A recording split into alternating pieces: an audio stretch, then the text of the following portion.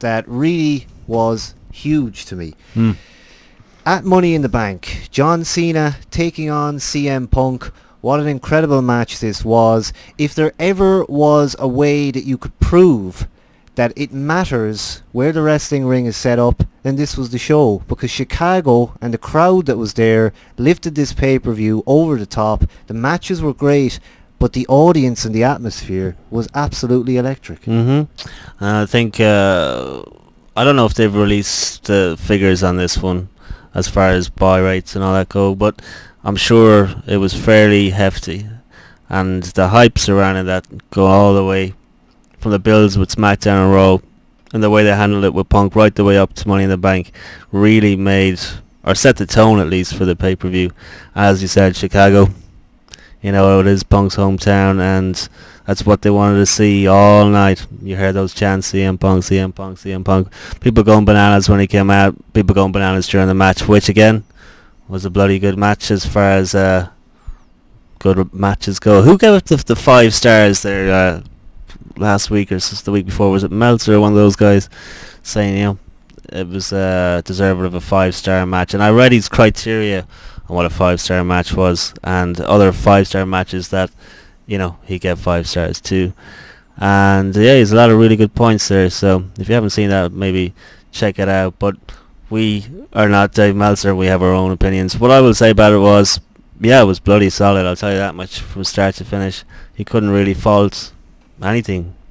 I mean, I think the Chicago deal, the belt situation, Punk's possible future unknown at the time. Maybe some might have known. I'm sure the rest of us didn't. I definitely didn't. I don't think you did either. Made the whole night. So yeah, it was a great pay-per-view. Christ. I will say this. We talked a bit about how we felt Punk was still with the company. I don't think it was a huge surprise. I know a lot of people were kind of seeing through this work as it went, but they did enough to kind of keep you guessing. You didn't know. You could guess, but you weren't sure. What they did here is build an angle that really built to a match that was WrestleMania quality. It had the feel of WrestleMania. I was sitting there thinking, why did they go with The Miz for WrestleMania and the start of that year's programs when Punk was doing stuff? You know, he was doing stuff with Cena as well. But somehow they threw him into that new Nexus and he ended up out of the picture. If they had put that on Mania, to me it would have legitimised it. I know either way anyway, they were going to do that swap around on the next night, and it, you know, happened in somewhat the same way. Of course, last week we found out that there are now 2 WWE champions, which of course we're going to find out the kind of result of that as it goes on week by week. Will 2 guys walk into SummerSlam with the WWE title? I mean, you know, they've definitely set up Del Rio Mysterio, but Punk and Cena, I mean, can that, we'll say, revive that, I think, suspense, and can they do it again for another couple of weeks building up to SummerSlam, I wonder? I reckon so. I reckon over the next couple of weeks we'll see Trips flesh the whole thing out a little bit more. I think, you know, with Punk coming back, I'm sure they'll have some small backstory as to why, you know, he is there and why he's got his belt and why he is technically the champion, and then Cena's got his belt, yada yada. Match, yeah, I'm sure it'll be belt, kind of a deal. Winner takes the actual belt. But I'm glad they kind of went with it, to be honest with you, because it would be a shame for them to drop the ball with it. And as much as I kind of liked what they were doing with the off-screen kind of situation with the comic convention and the Twitters and the keeping people guessing, and you know, it was something that they never really explored too much before, and it would have been interesting to see how long they could have dragged it out. But I think what would have happened is wrestling fans, in a sense, are never happy with outcomes like that. If Punk was kept off and away, you know, with that Comic-Con thing, and there was all this, what is the actual story with Punk? Has he re-signed? Yada yada. And they got to SummerSlam without Punk, people would be going bonkers. Where's Punk? This would have been better if Punk was here. And again, you know, as wrestling fans they're never happy with it. So for them to bring him back, a lot of people moan and said, they ruined the whole angle. They brought him back too soon. I don't think so at all. I think while it's hot, completely just run with it, or else now is the time, and the time was perfect because there was such a lag. If that hadn't happened, I was kind of thinking like if we were calling Money in the Bank, would be excited about it that night, or would we see that kind of change or the shifting gears from them? And I think we probably would have said yes.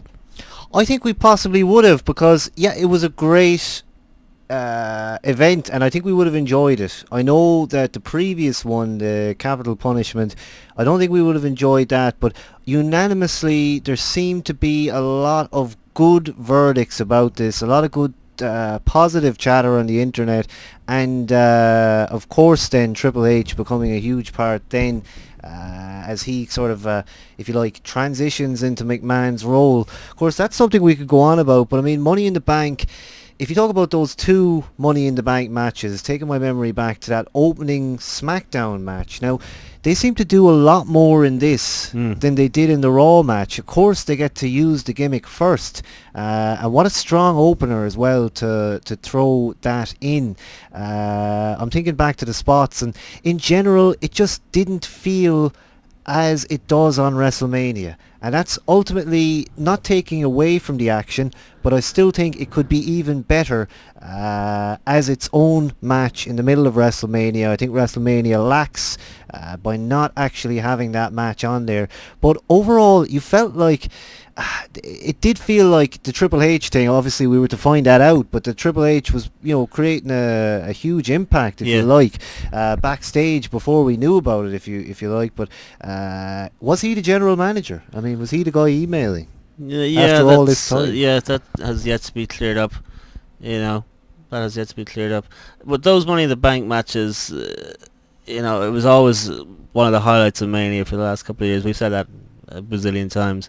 But I think what made that whole pay-per-view was the fact that, I suppose, with any of those Money in the Bank matches, it's one of 10 people that could potentially win it. And with the E and the way they do stuff, anyway, even if it's two guys, you're kind of going, it could be Christian, it could be Orton. It's probably going to be Christian, but it could be Orton.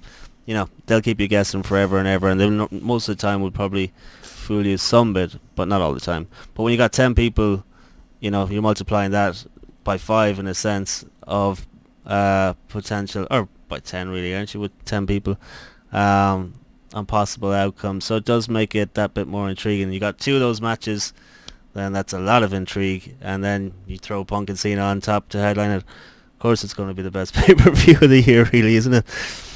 What were the I think things that came together that made this angle? Looking back at it, I certainly think transitioning Punk away from New Nexus was huge. They were just saddlebags. He just had to get rid of them. They were completely, to be honest, like a complete turnabout from what he could have been doing at the beginning of this year. For me, they could have kept this belt legitimate, which, by the way, we'll also debate because of all that's gone on. I've never thought of it like that. That's a great point. Yeah. You know what I'm saying? I mean, Miz need not have been there. I know everybody has their own opinion on him, but that's where they should have been. I can remember, January, sitting here watching Raws where you had Punk standing on top of the Titantron and things like that. What was that all about? I mean, he came off commentary to have a go at Cena. And then it took him all this time. Maybe it was all part of their master plan, or maybe the chief operations officer played a big part in that. And I think over however long we do this, we're going to be talking a lot about the COO, that's for sure. Well, Punk made Nexus believable for that whole angle when Wade was, ruling the roost a little bit. But when Punk got on board, Nexus in some bit were taken seriously and got a bit more interesting and funnier as well at times when he was over everybody. So it just goes to show, that he is really the kind of hot commodity that people are saying he is. I do believe he really is. I won't say what's that he got on his t-shirt, the best in the world. The best in the world. Maybe he is the best in the world. I'm not the best in the world, but maybe he is. But either way, he's doing a good job over there. He's doing a good job. So the SmackDown match had Daniel Bryan. Daniel Bryan, yeah, that was a shock, I will say. Yeah, For and me, I thought that was a bit of a shock. Now. you know, I have to take us back, and I think we did talk a little bit about Daniel Bryan. Now, of course, there's only a certain amount of people. Someone's going to win, and you can usually get rid of 4 or 5 just by looking at the lineup. But it's surprising to think. I mean, I suppose it's just throwing him a bone, really. You know, it doesn't have to lead to a belt, if you like. I mean, it can. Do you think it will? World heavyweight champion, it would suit him for sure. I mean, Yeah, I'd say, yeah. He's a funny one, though. You know. I mean, it's hard to know if they will ever get behind him. I think people have I'm wondered. going to call this. I'm going to keep it with the Christianized title, but maybe that's exactly it. The Christianized title. Christian's got the belt, but I mean, does anyone really care? Like, I mean, not to go off on one. I know he's pretty actually, decent, and what. Yeah. You could go completely against me and tell me that. No, I was going to say exactly, and actually, I remember, I think one of the videos we were talking in recently, we were kind of like, no, we're not disagreeing. In a sense, we do actually disagree with each other, but we just don't make a big point of it, like the other shows often do, you know. But no, absolutely, that's one thing that I think we often do is, you know, we have different opinions. But what you just said there, I totally agree with, because Daniel Bryan, do I care? Actually, no, I don't now. Genuinely, I don't. You know, I think it was a combination of the Cole constantly going on about him, you know, building him up as a nerd, building him up as a geek kind of a character. Not so much that, but it took that power, that strength away from the work, the character for me, and we're left with a guy in tights. I was just gonna say, what it comes back to is, you know, the wrestling fans never been happy with shit. I mean, he probably is the greatest or the best in the world. He should officially be wearing CM Punk's t-shirt. Well, he certainly is up there. I mean, you know, he's a talented guy or whatever. But with a world title on him, you know, no offense to the guy, but there's only so. I mean, something about like an Orton, because he's the Viper, or something about Cena because everybody hates him and he's Super Cena, something about Taker, he's the dead man, whatever the fuck it is, it's some sort of gimmick in a roundabout way that you can roll with. But with Daniel Bryan, he's a submission specialist, he's the king of the indies, and he's a good wrestler, but once you get past those, you know, unless, you know, he gets a serious shake-up and goes wacko like R-Truth or something, him with a title run is going to be, you know, I could be totally wrong. It could be great, but I just don't. I don't know. It's like Christian. I'm looking at Christian now and going, not that I've seen it all, but I don't know what it is about what it is about Christian and that belt. I just it's not for me. Maybe it's just something I don't like. That's probably the best way to put it. You mentioned something there, and it makes me think and also worry that the only device now they have to turn a guy heel is for him to go nuts, for him to go crazy. I mean, what else can they do in this day and age to fully turn a guy heel that will get over with people? You know, attacking Cena might not do it because half the audience might not like him at all. And incidentally, it added so much to have that Cena, CM Punk crowd just so on 50-50 terms. Some hated him and some didn't. And then people being behind CM Punk as well. Honestly, it was the Punk Michaels thing. That's as maybe far back as I'll go. There's been huge matches before that, of course, but that's the one I remember most closely, and that's what it felt like, something along the lines of that era. But what did strike me about it, of course, quality match as well. It didn't bore me in the slightest, and I did actually say to someone last night, actually, speaking about CM Punk, that it wasn't until I sort of really saw those work rate matches where he was just so solid in it. You couldn't sort of give out about the personality when you had that solid work rate and matches with people that always just were great, and they never bore me. which is just strange because I was never that into him. But what they did here was build something massive. It's not something that happens all the time, but I wondered about the speculation about Punk and about how closely actually associated he is, how over he is with the Office and backstage. I suppose with the belt it tells a lot. It means we know that they have that support for him. But when there's two belts involved, and all the stuff that went on with the stripping and all that, I mean, is he the real champion? Well, I'd say no matter what, between Trips being high up at the moment and Vince, still being the main honcho, both of them aren't stupid, and I'm sure nothing passes Trips, and maybe stuff does pass Vince, but I'm sure he does hear about it from Trips or from somebody else, one of his right hand man.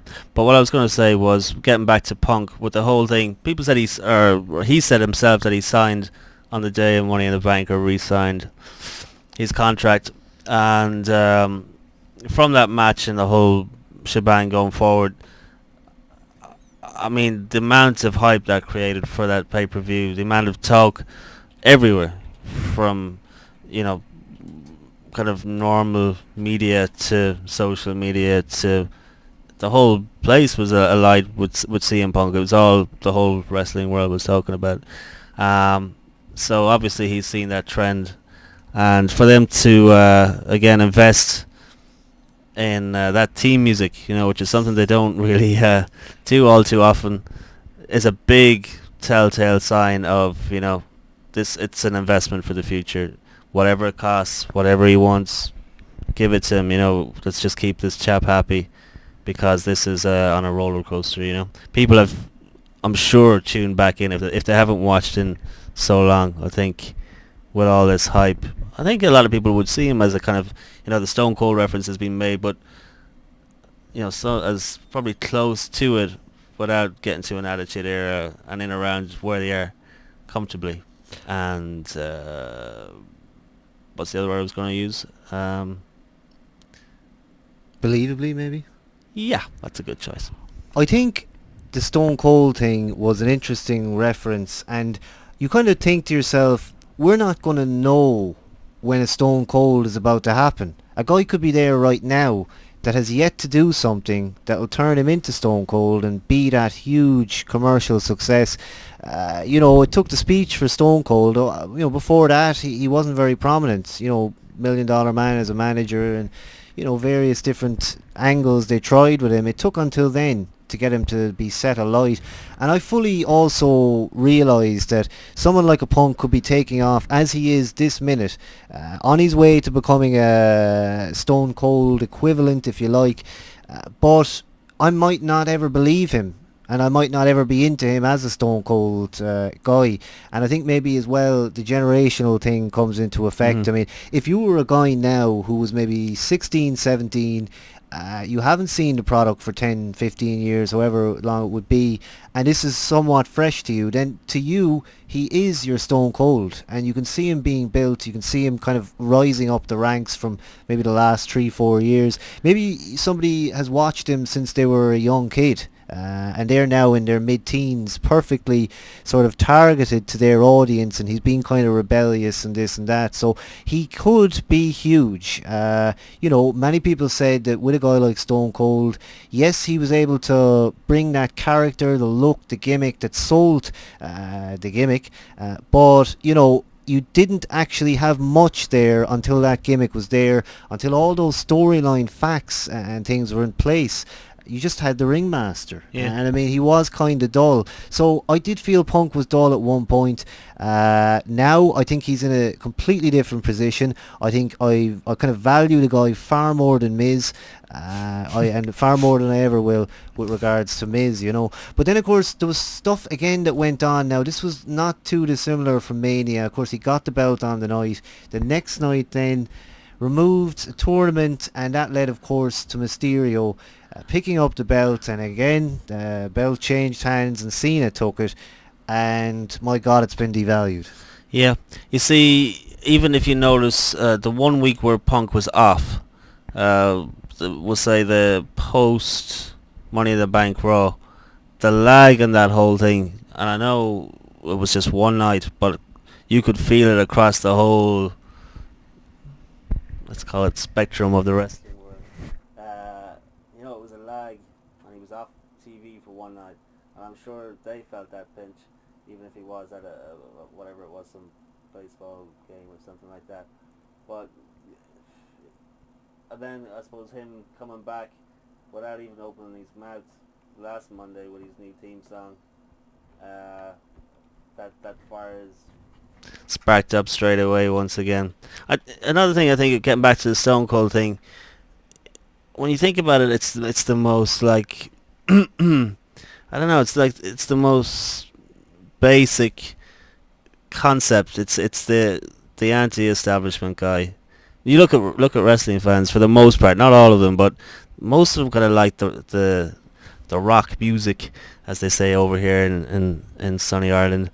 A lot of them like the rock music. A lot of them are some bit anti-establishment for the most part. And when you have a guy like Punk, who really is the closest thing, kind of in a way, to that since a Stone Cold, and for all those who didn't go through the Attitude Era and are experiencing it for the first time, they're kind of feeling that buzz and jumping on board his bandwagon. And for those who missed the Stone Cold Attitude Era, of course they're going to jump on board. And people are just fucking sick to death of seeing Cena doing Super Cena every week in and week out, or seeing Cena, Orton, Cena,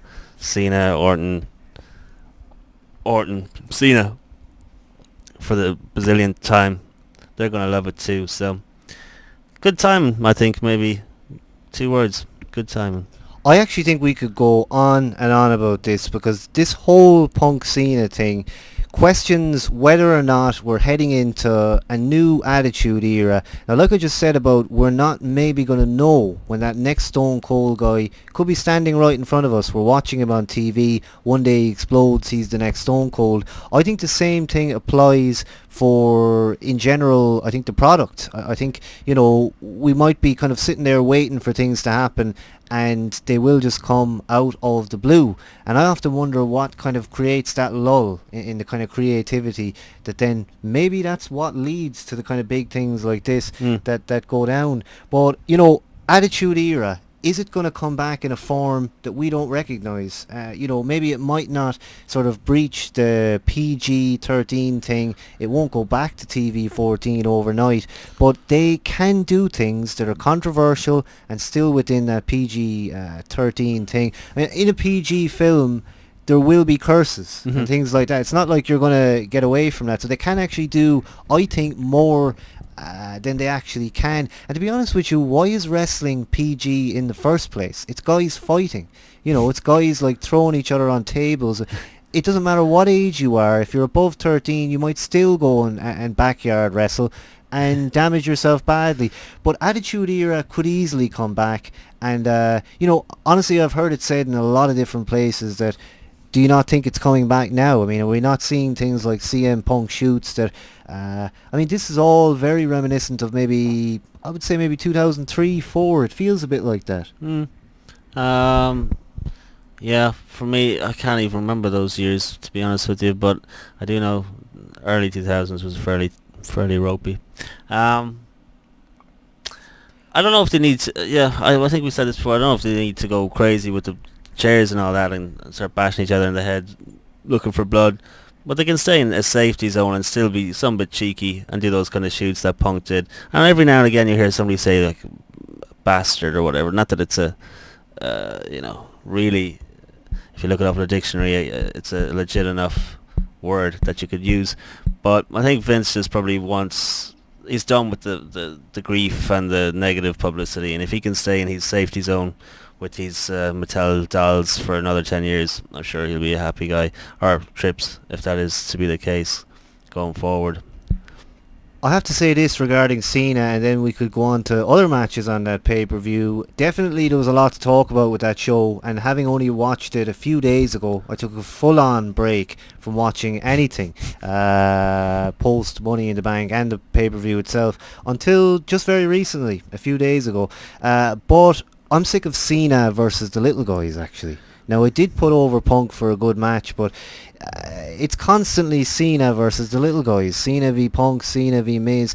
It's really, I'd like to see a guy like The Rock, someone with the size to somewhat match him. Square up to him, Yeah, and actually I'd like to see him go back to Cena versus the Monster Heels. I've gone on about how I'd like the title to stay on Cena for a year or more like they did before.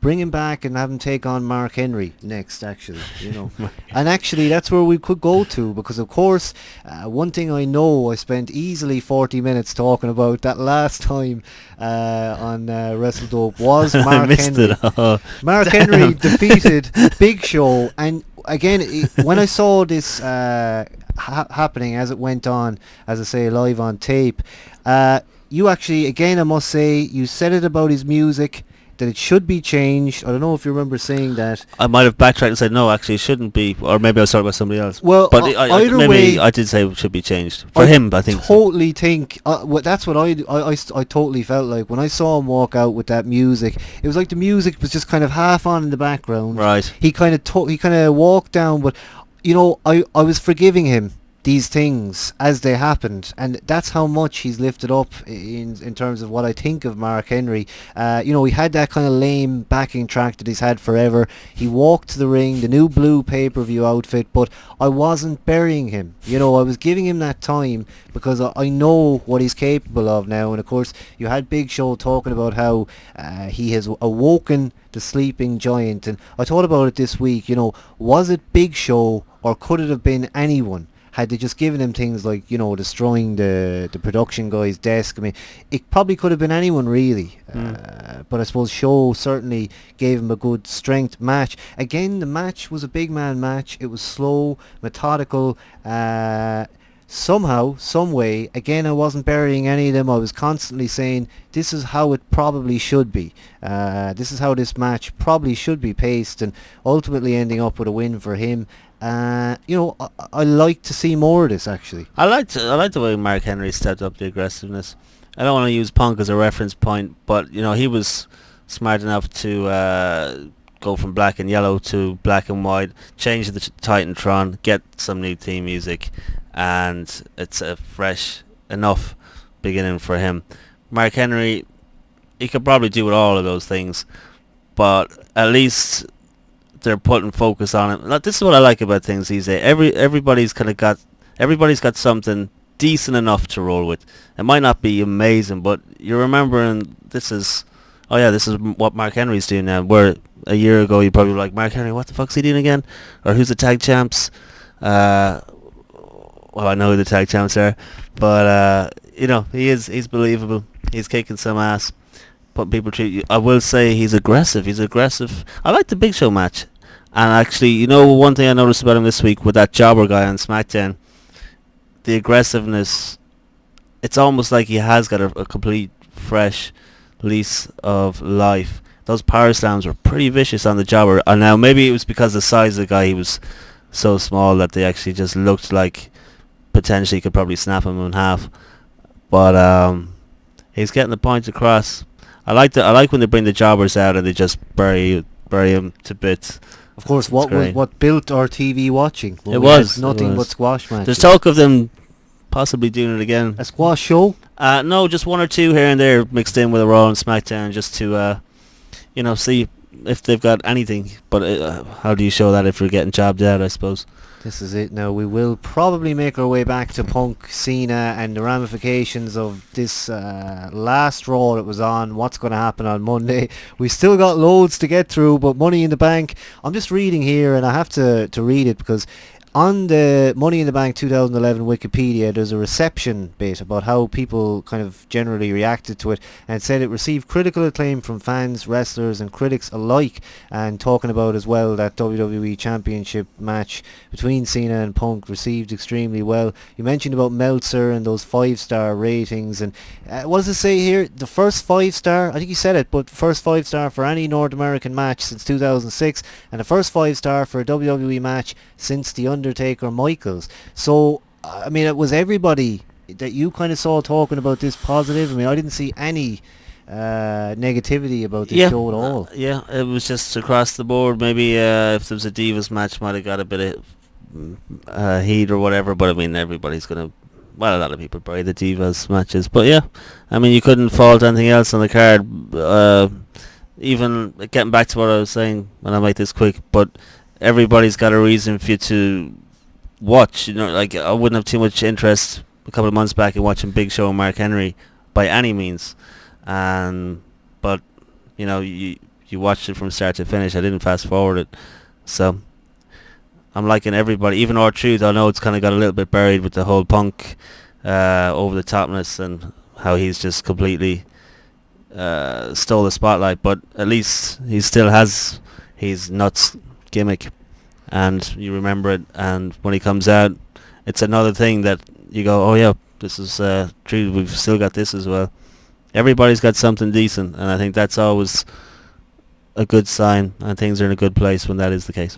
Absolutely. Just I'm amazed here by some of the quotes about this show, and I kind of I hadn't really read. I never really read the kind of Meltzer quotes and stuff. No, either. I don't know why. I think it's because we talk so much about this stuff you don't here, need to. and also I think if you listen to a lot of those opinions, you'd repeat them as well. But I found here in the midst of this, it says the guy from The Sun is talking about this, and he said it was in many ways incredible that the show delivered in such a way that it was almost faultless, full of excitement, emotion, and great wrestling, and went on to rate it 9.5 out of 10. And all sorts of other people rating this so highly. Someone even calling it the best WWE pay-per-view that's been produced in a long time. So could even be worth the rewatch. Maybe it would be worth buying the Blu-ray. But some chatters in the room as well saying that it deserves a bit higher. We are actually on live stream tonight if you're watching on YouTube. First night here on livestream.com, and you can visit our live channel Sundays 9 GMT, 4 Eastern, 1 Pacific. That's livestream.com/Wrestledope, and maybe it wasn't in the recording, but I think it was when I saw Obama on here, I really thought that this was the place to be. This is a good place. And I mean, I have no interest in the political side of that, but basically I thought if it was good enough for him, it would be good enough for this. And that's where you can find us now anyway. And a lot of people joining us from Justin.tv as well. Of course, Justin.tv, a massive vault of copyright infringement. Of course, live stream a little bit different than that. And indeed, we're very happy to be here among content producers, not people who hook up Xboxes to their capture cards and replay videos that they've downloaded. We tend to try and do our own thing here. And again, it's nice to have your company tonight. Sonic Akuma, Matty, Captain Charisma, familiar names. Yep. There's some more peeps in there as well, I don't know, but yeah, great to have all those guys. And does it get archived like I can see it already has, is it? Yeah, it does. Oh, it yeah, does. And what's even better about that is, well, I mean, I haven't figured it out. There might be a way of doing it, but I don't think you can just download the file either. Right. But on that note, we talked a bit earlier about how we're now here on live stream, and this is our new home. Doing a bit on Justin, hopefully at some point in a different format. But I think the thing about it is that there was a hell of a lot of live stuff on that Justin channel. And in reality, getting rid of it was not a bad thing. Yeah, it just became too much. I think I like the love. I like the love here by the pool. Yeah. And I think we just stay by the pool. Stay by the pool is cool. That should be our motto. Absolutely, we will. Of course, before I finish tonight, I've got to go in and, as I just talked about some copyright stuff there, the live stream copyright policy is worth reading here, and I think everyone on Justin.tv should read it as well, and they might get a bit educated as to how these sites should be working. One of the things this site says is that it doesn't want to grow. Doesn't want incremental growth based on copyright infringement. I couldn't have put it better. That's great. Because it's how that site works. Justin, whether they like it or not, basically what they do is... They're jobbing out to everyone there. They are. I mean, really that site is just full of so much stuff that doesn't belong to them. I don't know how they can continue to trade exactly as they are, but that seems to be how it works. I've always said that there's a line between copyright infringement, and the idea is to stay on the line, don't cross it either way. But even if you do that, sometimes is trouble. Well, things are safe here. Do Things you are safe. think the Chief Operations Officer, Triple H, had anything to do with why we're here on live stream right now? My guess would be. I don't know. It's a tough call. If I was, I doubt it. I'll be honest with you, if I was Triple H, I know it's a storyline, Chief Operations Officer, but honestly, like, I'd be hands-on where I'd be like, right, what are some of the problems we face here? Well, people are streaming the pay-per-views. Right, well, I'm going to go and shut every single one of them down now, I mean, how hard can it be? I'd be hands-on about everything. Anyway, so what else have we got? Plenty to talk about. On to more Money in the Bank matches. Now, Kelly with Eve Torres defeated Brie Bella with Nikki Bella, a singles match for the Divas Championship, which is going to have me go on a completely different direction, if you don't mind. Go for it. But why are they called Divas?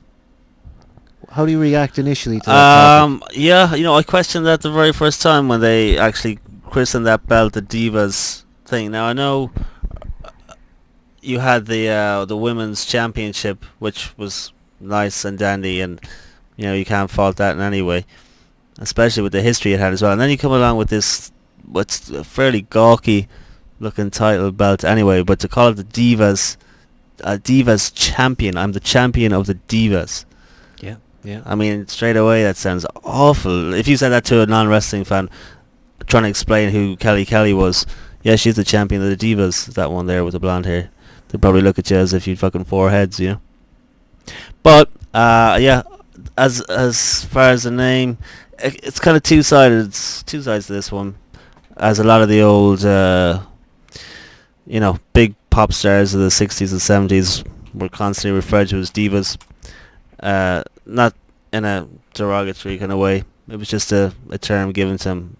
And some people have different takes on the word. So in that sense, yeah, maybe it's not too bad. I still think it's a bit of a dodgy name. I like knockouts. I think that kind of says a lot, You can put that in many different ways, between looks and between what the hell they're actually doing on a TV. They're female wrestlers, so that makes a lot of sense to call them knockouts too. Knockout is a good one. Yeah, knockout is a good one. But diva, yeah, I tend to kind of agree with you. Some, but I can kind of see two sides to it. But yeah, it's a brand trademark, really, isn't it? And it's a way of they can use that trademark it, and you couldn't if you were just calling them the women. They can't own that, but they can, I maybe presume, own the term WWE Divas. But a quick search, and I didn't do this before now, on dictionary.com reveals the word diva to mean this: a distinguished female singer. Well, they're certainly not that. Prima donnas, that's what I would have thought about in terms of the meaning of that word, and that's kind of what made me ask the question in the first place. Is it right in this day and age? They're a company that, as we've heard so much about, they've got the stock shareholders. Do women buy shares in the company? I presume they do. So why are they called divas? Why are they referred to as prima donnas? I think it's a bit of a talking point. I think you actually nailed it yourself when you said there a minute ago. I'm looking at that there, that it originates from Italy. God. Compare divine. Yeah. Yeah, I think you nailed it yourself when you said that it's a brand. Think back, WWE Divas, if you said in another way, this is the launch of whatever game, and today with us we're going to have the WWE Divas. That's a brand of, female personalities, whatever you want to call them, showbiz, women, actors, wrestlers, whatever, sports entertainers, like the Nitro Girls. In a way, it was kind of a brand. You could probably put them anywhere as the Nitro Girls, and that's what it was. Better name than the Divas, but yeah, I think that's probably it. Just it's a branding kind of a thing. This is it. I just think I think the actual what they're actually inferring there is close to sexist. I mean, the only involvement that women have with the in-ring stuff that goes on is under the title divas. I mean, they're all divas. They've all got a personality fault, if you like, because it's not a good characteristic to be a prima donna. And to be a WWF Women's Champion, that's when I think it was last valid belt. That's the last time that it really has been, to me anyway, one that I can believe in. I'm sure there was some good WWE Women's Champions, people like Trish Stratus and things, but they were in an era where sexist jokes and things with McMahon were part of it. So to me, were they still viewed validly as more than, we'll say, sexual entertainment as regards actual in-ring competition? I personally think that balance needs to be addressed at some point, because ultimately I think it's shoddy to just refer to them as divas. That's my own opinion. Speaking of which, I saw on a similar thing, there was a good interview with Eve Torres this week somewhere, and she brought up topics kind of in or around that point where she said, on the house shows we can go 10-15 minutes, do a good solid match that most people are never going to see. On TV we're lucky if we get 4 or 5 minutes, and in those 4 or 5 minutes we've got to really show what we can do. And that's why if we're only getting that on a Raw, 4 or 5 minutes for one Divas match, if you've got 8 Divas on one show, 7 maybe, I don't know how many, but in around that, it's hard for them to get over, in a sense, or to be taken seriously. Whereas if you had 2 maybe Divas matches on one show, they'd probably be taken a little bit more seriously, and people would probably want to see more of it. Like when the Knockouts was at its peak on TNA, they were doing 2 matches, maybe even a tag match, or a Knockouts tag match as well. You'd at least get 2, but you kind of feel sorry for them a little bit. But then again, when sometimes it just doesn't go down too well, does it? With the male demographic. Exactly. Those are the words I had in my head, and as you said them, that's probably the idea here, is that it is a male demographic appeal. You might as well call them divas, because maybe they're not viewed seriously, I'm guessing, by the general audience. I've often heard them referred to, in matches, that's the time to take the old break and come back when it's off. I mean, we did it once. I think we did it at Mania with Snooki, and that wasn't a problem really, because I mean, that's more of it in a sense. Why did you even need to bring someone like that when you had Melina hanging in the balance? And of course, Melina's finally back with a bit of a role on TV, and full on heel, even though Morrison is still babyface. So I'm disappointed there. But ultimately, that's, I think, where it leads to, from Kelly Kelly retaining the championship. Now, of course, this week on Raw, Melina actually jobbed to Kelly Kelly. Kelly Kelly pinning her. And in that sense, Melina not coming back that strong. But I suppose she is a heel. And she is probably going to have to lose. But I have to say, when I saw her losing to Kelly Kelly, I was actually going to ask you, because I hadn't watched any further, but I was going to ask you, was she released, because it just felt like one of those, they make her job and the next day she's released. She's still there, isn't she? I didn't hear anything, and the only thing I noticed about Melina in the last couple of weeks was I would genuinely say that she's not well liked. The only thing that actually comes to mind was one point in one of the matches. I don't know if it was a tag match or if Maurice was just with her for whatever reason. I'm sure it must have been a tag match, but it was Maurice and Melina, maybe against Kelly and Eve Torres. I could be completely wrong, but at one stage they came back from the ad break or commercial, whatever, and when they look up at that red light to see when they're back on live, and they're doing their kind of shit talk and whatever between themselves, Maurice and Melina. But Maurice had a look that she was giving her as if like, just shut the fuck up, you just she had that look of, I don't like you whatsoever, even though they were a tag team together. Just for maybe 5 seconds I just spotted that, and it was a real look of like, you almost disgust me. But a lot of people, Cole referred to her as a complete nutcase or a whack job as well there at one point, and the rumours are probably true. I would believe, she does look a bit nuts to me, to be honest with you. But what was the whole question again there? Well, I wonder, do you reckon that, I suppose, maybe she is kind of going into the situation as, I'm the locker room leader. Talking about Maurice maybe not being, appearing to be hugely friendly with her, because they are heels on a team. At least work that you are outside when the cameras are on, maybe not even at a house show, but it does tell a lot when probably even on TV they can't contain their, irritation. She's become very vocal as well since she's kind of been in this position. I think she talks a lot more on Twitter and Facebook and gets herself into a lot of trouble actually, which I think maybe could be partly responsible for what's kept her off for so long. But I did mark when I suddenly looked at the TV and saw her on that Raw, I was kind of like, thank God we're finally getting back to something at least that's watchable. But talking about Matty P&O, he was saying that he doesn't really like the idea of seeing the two matches on the one show. I know they would have to be good matches, I suppose. I suppose they'd have to be fully formed programs, if you like. But I was going to say that, with someone like Melina, you can actually head back towards quality matches.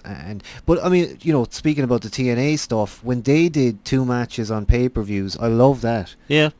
Because it gives you something to look at, Yeah, it's true. Yeah. And good matches too, they're knockouts, I've always felt that for quite some time there, maybe the 90s, there was no real women's division. I think it was around that time.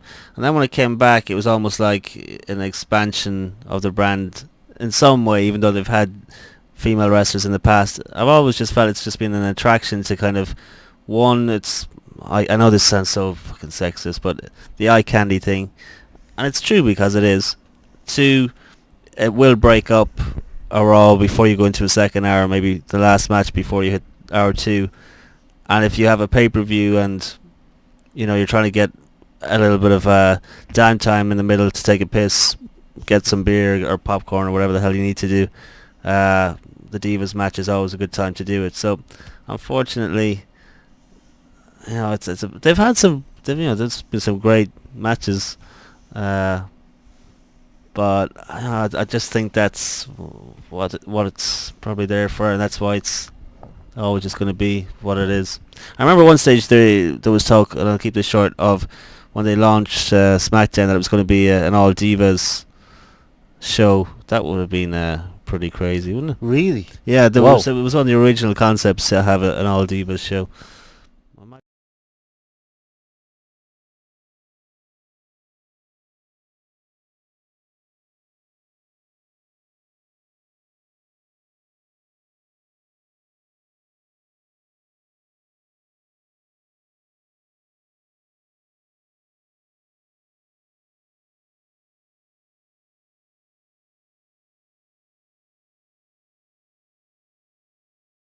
That gave you a full idea of what they actually going thought. Oh yeah, I mean that was just unbelievable. I think I still have that episode somewhere. I don't know how I have that, but it's there somewhere. And to me, it's always about the joke. It's always about the taking it a bit less serious. But your thoughts in the chat room, Matty P&O, as I said, not wanting to see those two matches, understandable, and also saying you can tell Melina isn't happy in the WWE. Captain Charisma, I can't believe she's still there, and also I can't stand Melina's new attire. Hating sexism as well, I suppose. It's a fair point, but yeah, what can we do except I think just live with it? But that's what the match was. We're still on Money in the Bank. There's so much with regards to that. That's the first bullet point there is. Yeah, it's the first bullet point.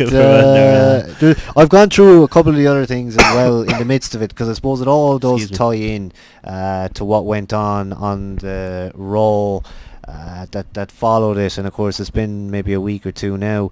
Other matches, of course, we had the Raw Money in the Bank as well. Now the first thing I want to ask here, because I kind of watched it, like I say, out of sync with everybody else. I didn't see it till weeks after, and I didn't want to go looking at the dirt sheets to find out what had happened since, but the end finish, was it a case that Mysterio and Del Rio had to do something, and then they ended up with Del Rio pulling the mask off Mysterio? Was that a changed finish? What was your take on that? It was only until you actually said that to me that I took much notice of it, to be honest, and I think it was probably planned. Because it makes sense. It would set up an angle going forward for Ray and him if need be. It gives somebody like Ray, I suppose, a legitimate reason not to have won, or to at least missed his opportunity to get the belt from the ladder. That he's I suppose lineage, if that's the best way to put it, or his whole Mexican deal with keeping the mask and keeping the gimmick or his face under protection, even though probably everybody knows what he looks like anyway. Or keeping the mask on and his face, or his real life face, hidden from everybody. So it just makes sense. I think it was definitely probably a pre-planned finish. I think it was a good one, actually, come to think of it. I never took much heed until you said it, but yeah, I think it was probably it was meant to happen, if that's what you're asking. Of course, referring there on our banner to Justin, which you won't find us on anymore. I didn't actually change that, but nice to get the two shot as well to show you the new live stream website here on the other side. You can replace the words justin.tv with copyright piracy. Livestream.com/Wrestledope. That's where you're going to find us from now on. But yeah, no, it's interesting actually, because of course, what else? Money in the Bank. I'm going to say one thing quickly about Rey Mysterio. Raw Money in the Bank. That's what I lost there for. Raw Money in the Bank, and that match too. I'll say this.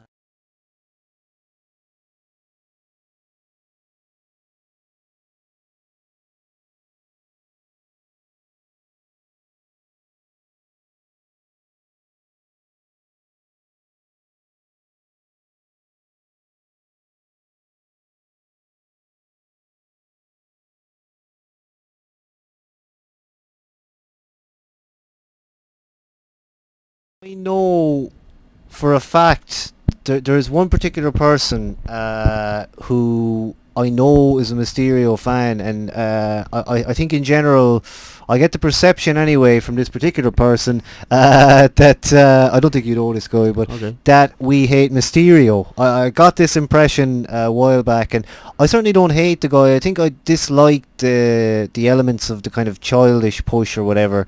When he had the belt for a little while, I just feel like he's kind of a kid's comic book character. Why I loved Sin Cara, I think, more than Mysterio, who knows? But like you say, the match quality has been excellent. Yeah, he just had solid matches. You can't say Solid otherwise. Yeah, matches. it's true. And the two matches on Raw, or the three matches on Raw, wasn't it? With the title tournament, they were all fucking, equally as good, if not better, one after another, and not all the same. I know he's got his West Coast pops and his hurricanes and all his usual stuff, but he always goes that extra bit just to change it up, unlike a lot of them, And it's just, I think the more I've kind of seen of him lately, it's made me kind of take note of just how good he is. So a bit of credit for Rey Mysterio, I think, tonight. That's what I'm going to give, a little bit of credit there for old Rey. Yeah, it's certainly well deserved. And when he had the belt for that short time during the show, with the graphic and him with the belt, I know there was 3 champions on one show basically, but it was something, it was legitimate. It was definitely legitimate. And of course you had Cena v Mysterio as well, which was another incredible match. I mean, you have to say something about Cena. I mean, the guy does... He maybe he's just a guy that people bounce around. I'm not sure, but he does find himself in these matches, and he has to be doing something right, I think. But just noticing there, I hope you like the marquee that we have right here. As you can see, that marquee kind of getting into the picture a little bit. Just to keep the sun off a little bit, yeah. Absolutely. There's something more relaxing about this, Yeah, we don't get as much heat with that thing either, so it's pretty cool. I'm still shooting though. I thought that kind of water would kind of relax me. No, you're not shooting. It's cool by the pool. Absolutely, yeah. Although it must be getting kind of cold because it looks like the water's frozen behind us. Yeah.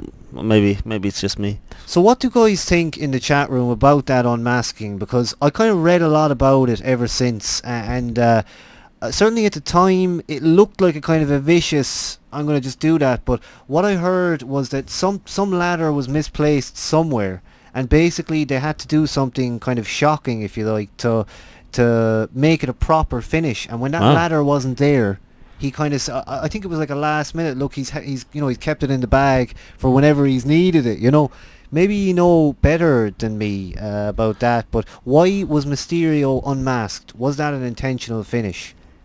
So either way the case goes, Del Rio was to take it, but just the finish changed, right? I think so. I That's think it was a fair. case that I'm not sure. Was it something that the referee? Somebody just called it. Yeah, was it the referee who kind of got word from the COO? Look, just pull the mask off him. We've saved that one for 10 years. It is a real finish, isn't it? Like, and it's kind of it's actually amazing if they did do that, even just between themselves. You can imagine maybe Mysterio said, "Look, this ladder's over there. The finish is not set up. Basically, whoever screwed up, and maybe he just said to him in Spanish, look." Maybe there's some name, some code name for that finish, the El Masco. El Masco. That's it, that is it. That's But great. I'm not sure what the deal was, but nobody seems to know in the chat room. I suppose it is about 2 weeks or so old, but that's kind of where I'm still at. I'm still wondering why he unmasked him, but great reason for him to kind of go, look, I'm fucked here. Like, Yeah, he did a good job though. He sold the shit out of it as well. He really didn't let anybody see his face. He did. He didn't exactly. He did a good job, is what I was It trying was to a good say. match. It was a good match that Raw. The SmackDown one was vicious. I could just remember so many vicious spots in that. Sheamus, Christ, he was on fire, wasn't he? Yeah. And poor Sin Cara. We'll talk some more about that lunatic later on. Yeah, I'm disappointed. I'm actually. disappointed. He was. He let the becoming- side down. Yeah. This is it, and it's always when they're about to be on the verge of something. Let's motor through the rest of this. Christian defeating Randy Orton by DQ. I just don't have anything to say about it. I know it's happening again at SummerSlam. It wasn't the best of their matches. Weird finish as well, but I suppose sets up Orton to be angry again, which isn't a bad thing. I think he needs to go nuts. I was reading some crazy stuff on Orton there actually during the week about I know he kind of anger management issues, but he definitely was off the wall for a while. But it was around the time where I think he got one of the drug suspensions, and on the list of drugs he was taking were a lot of roids, big time. And another reason he was suspended apparently was he was caught smoking the wacky tobacco in the back. So yeah, Orton's a bit of a wild one behind it all, but I think he's calmed down now. So yeah, as far as the match goes, what was Christian spat in his face, was it, or was it Orton spitting in Christian's face? Christian won the belt, so yeah, must have been. Yeah, I think it was Christian, wasn't it? Yeah, it was kind of telegraphed though, wasn't it, when they said, look, DQ is going to make the belt change hands. That was it. Christian spat in Orton's face. Orton went bonzo. Yeah, messed it all up. Christian walked out with the belt. I got very, very disinterested in the midst of that match. I know it's just because of the repetition of it to me, but I think with that, I don't know, it was just like, it was the slowest part for me. I mean, I preferred Mark Henry and Big Show for sure. It just was not interesting to me, and we can actually talk SummerSlam predictions. Maybe at the very end we'll go, right, time now for SummerSlam predictions. Randy Orton taking on Christian, and then we can go into that then, I suppose just another video for the YouTube, and of course the YouTube, that's still intact, youtube.com/TheWrestleDope. Thank God those hundreds of hours of live stuff is gone, because if you want to see any of that stuff now, it's on YouTube. And a wise man once told us, being in two places at once and all that. Not a good idea. Not a good idea. I mean, look at Superman. He never really did it either, did he? Words of wisdom. Now, I suppose onwards and upwards, that was Money in the Bank, and even though I watched it out of sync and we didn't get to watch it here, one more thought on that. I mean, 2 pay-per-views now that we haven't sat here and talk about the events. As a fan, I mean, I do miss it. I miss being on here and all that, but as a fan, the events benefit hugely from just sitting there and watching it as you would a show. To me, it did benefit. Yeah, I agree with that. I would have been curious. That's a good word to use. Curious to see us do the Money in the Bank one, or at least not to see us do it, but just to be here and see what the peeps thought as it was going down, and the feedback and our reaction. Would we be excited about it? Yeah, I'm sure we probably would have said it was pretty decent, because it was. You talked earlier about interviews, and that's, I suppose, why we have a little break in wrestling discussion to talk more about upcoming things. Now, I kind of went on a few weeks ago about not a major announcement, but a massive announcement. Now, unfortunately, that massive announcement, you might have to wait a bit longer, but we'll have several major announcements coming up. And yeah, like we talked about many weeks ago, they're actually lined up now to go one by one. So we're hoping for more interviews, and maybe in this upcoming one we can perhaps get some of your participation as well. Maybe get some of you guys on if you wanted to do questions or anything like that. But maybe we can try and keep people informed as to when any of that stuff's going on. But as of yet, we have some agreed participants, some agreed interviewees, if you like, and that is what's coming. Massive announcements.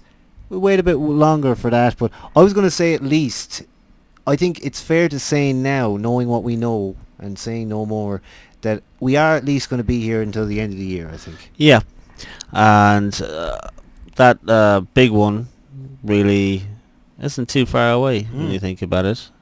Yeah, actually. Yeah, so speculate as much as you like, by the way, because I did it for about an hour. Yeah, no. I didn't reveal anything, but I said, look, massive announcements. This is the swerve. This is the my God. I mean, like I could see us walking off into the sunset after this one, you know. Yeah, and then maybe having a dip in the pool. No, it's a good one. Yeah, I'd really love now for this one. I think like Sonic, Charisma, Maddie, a few others. Some video call questions or some straight out questions might be good. I think it's the least we can give in return for your dedication, loyalty, and passion. All those things. Passion is what rounds it off, because you wouldn't have come over here and signed up for the old live stream, and definitely it's nice to see you guys follow us over here to this new channel. And I mean, like I say, the live channel is not important. It's there and it streams us live, and I think from this point forward we're live here. If you want to see it again, it's on YouTube. And in that sense we get a couple of more hits, but ultimately it's not important where the live channel is, because you can do this service, this streaming now, in so many other places, so many better places, so many places that are less of a children's playground than Justin.tv. I mean, I wasn't holding back my thoughts on them last time I was on Justin. That's what was ironic, actually. I had actually been shooting, never to a personal level, but that site is just literally, I don't know how they exist. And I think, one of the things I was saying at the time was, if something goes wrong, you don't have the support of Justin, this site live stream has got a phone number. You can ring them. That's you great. can actually contact them, and definitely there's no sense in continuing on Justin, because you've just got no backup. Anything at all could go wrong, and they're not on your side. Well, we sprayed this area nicely when we moved in for any parasites, so you're not going to see anything like that over by the pool, our new home. Now, the state of the WWE address was what was the big topic on Monday Night Raw, as that new Chief Operations Officer, I'm going to say TMU, because Triple H in a suit, I'm going to dig out the clip, but you called it a long time ago. I marked like crazy. I thought it was the best thing ever. I know we've had Regal and stuff doing it before, but it was the right call at the time. It took them a while to get round to our thoughts, but when they did, and I'm convinced, I mean, focus groups are people who watch videos and Research. stuff like that, and yeah, they want to find out what people think. So I wouldn't be surprised if they've glanced at us at least once for the odd thought or two. I know Howard Finkel is a big investigator. I wonder, is he still to this day? But I mean, you can't do things, this isn't ever bragging, but you can't do things like talk to Jerry Jarrett for an hour and have him shoot on TNA execs without somebody from the business connecting with it. And at that point, you will kind of say that maybe at some point they've heard an opinion or two. But the state of the WWE address, it was, he came out to deliver that, and I don't know, I was looking for something more than the Triple H I'd see in DX, and he was just slightly reserved. Other than that, I wanted to see a more serious take. I mean, Teddy Long often just stands there silently, to his credit, as in he's an authoritarian, serious figure. Whereas you had Triple H cutting the jokes and things. Goofy, yeah, goofy is the word, and a little bit too goofy with R-Truth and that whole situation as well, that whole segment on Raw.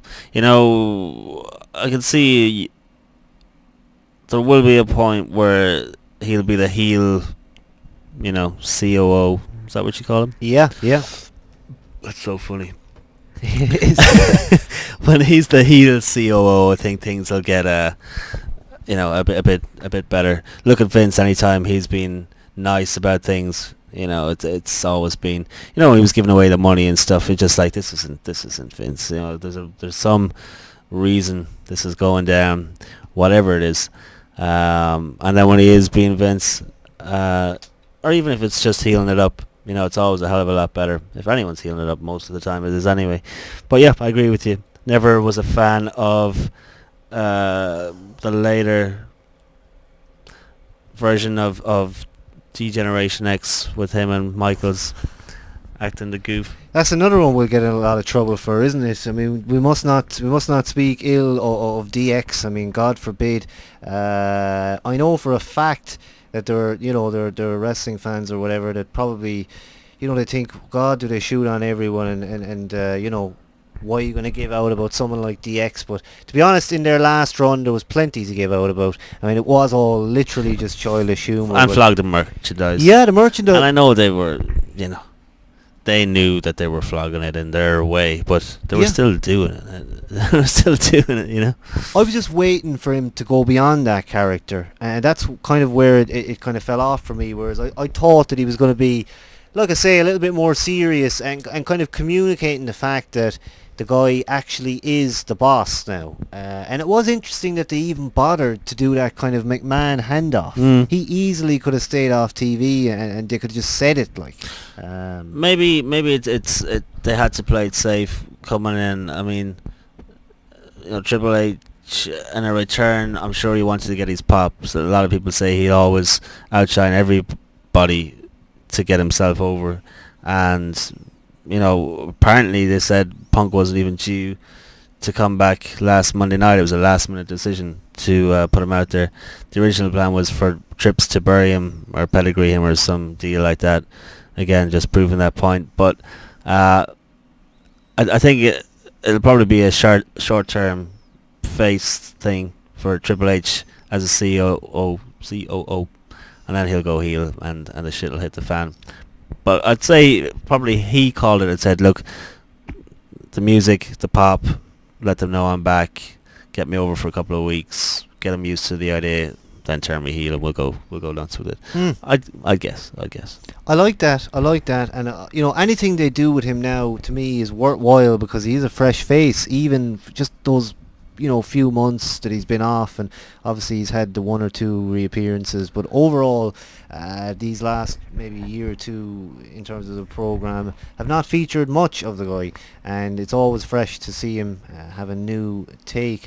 Captain Charisma talking about Justin put a video saying come to our live stream. Actually we can, and it will be done, actually just have a Justin channel, and while we could actually do a double broadcast.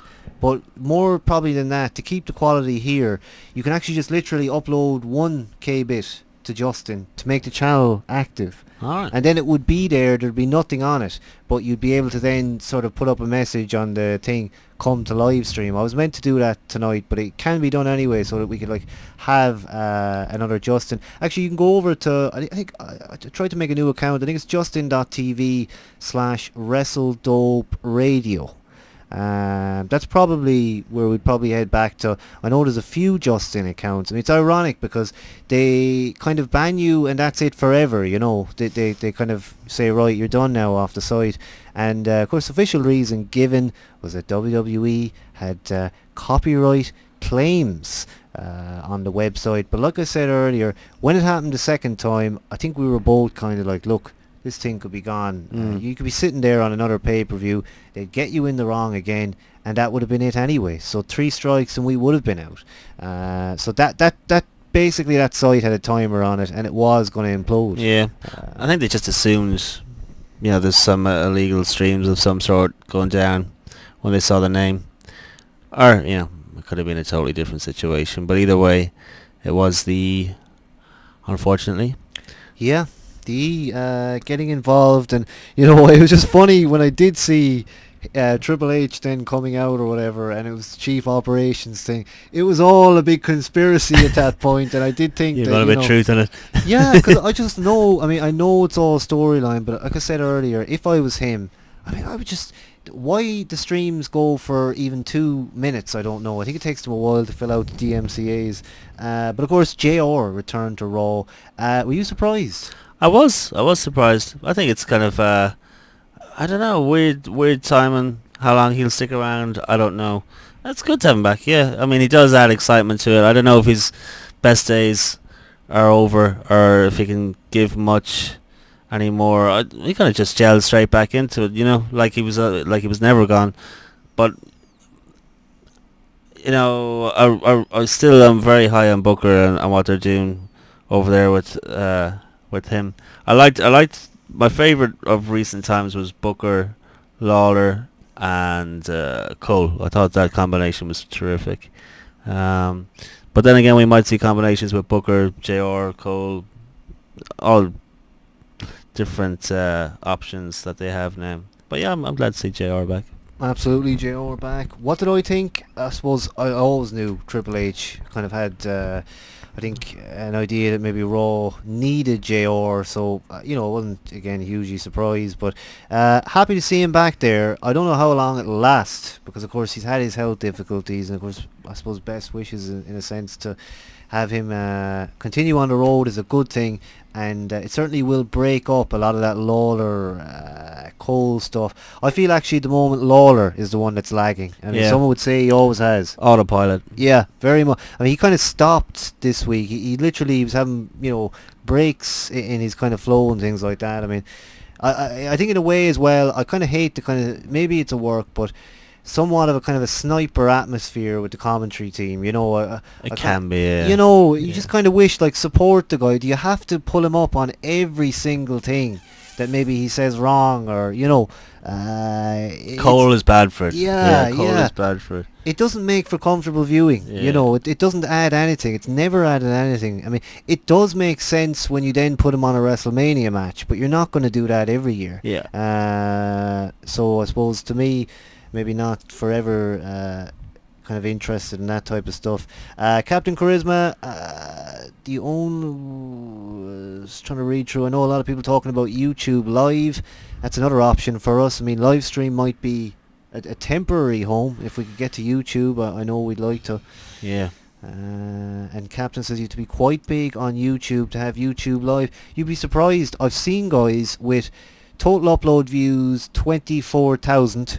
We've got 120,000, and they had the live channel. Goes to show, yeah.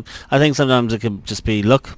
Yeah, you just luck with that stuff. I'd love if we got over there on the live YouTube. That would be amazing, but time will tell, I'm sure. Yeah, and there are ways and means, actually. Yeah, I need to tone down my language. I gotta slap myself on the wrist every now there and again. There was something now that you say that, what made me think of that?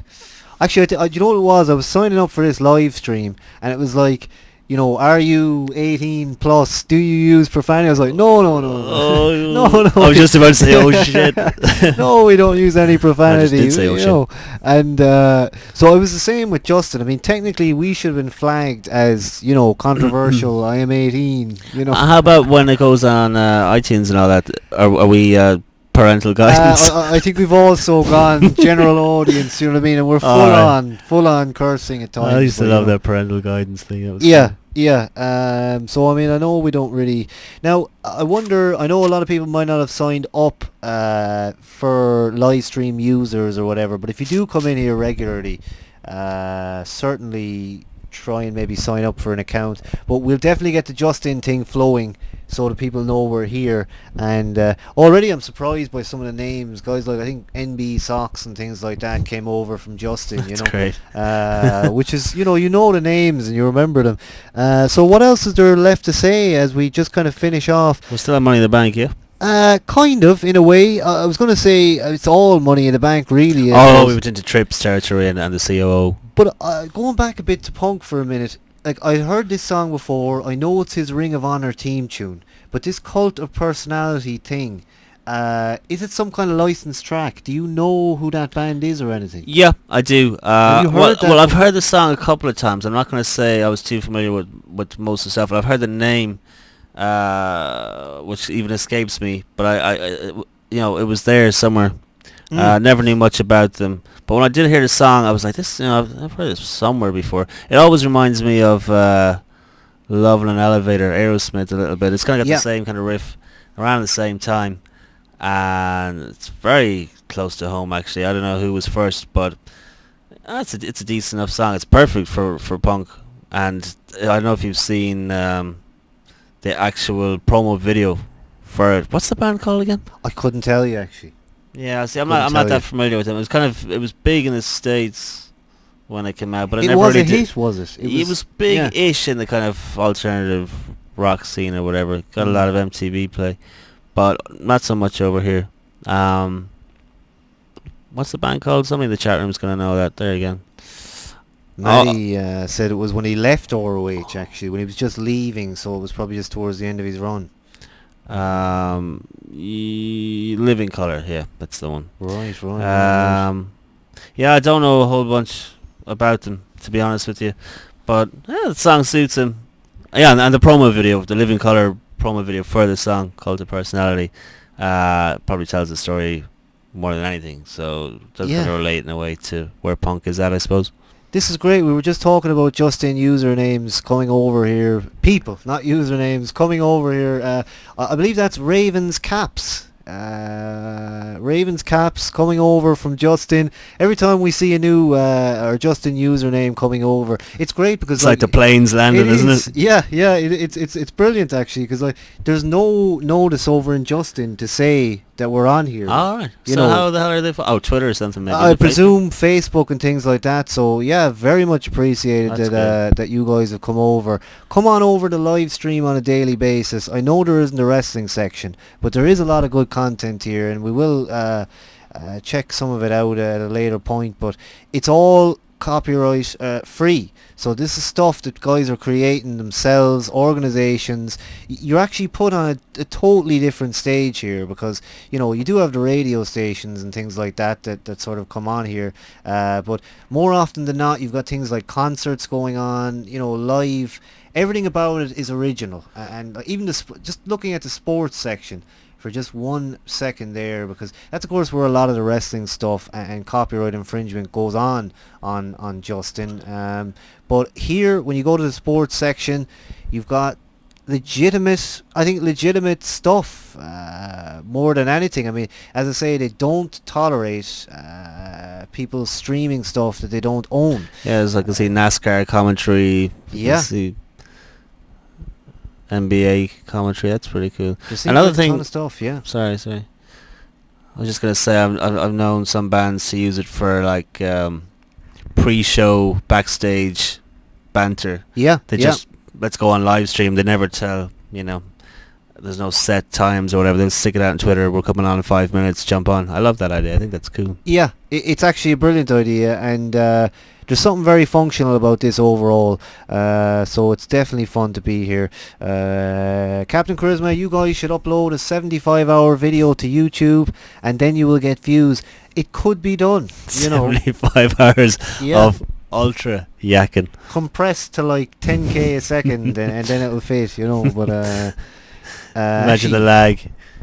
that's what I'm going to do. 62 hours in, you'd be like, whoa, fuck. I was just going to say there, before the file gets too big, I was going to say good luck to everybody on YouTube. Come over to livestream.com/WrestleDope next Sunday, 9 GMT, 4 Eastern, 1 Pacific, and thank you for being with us here on YouTube.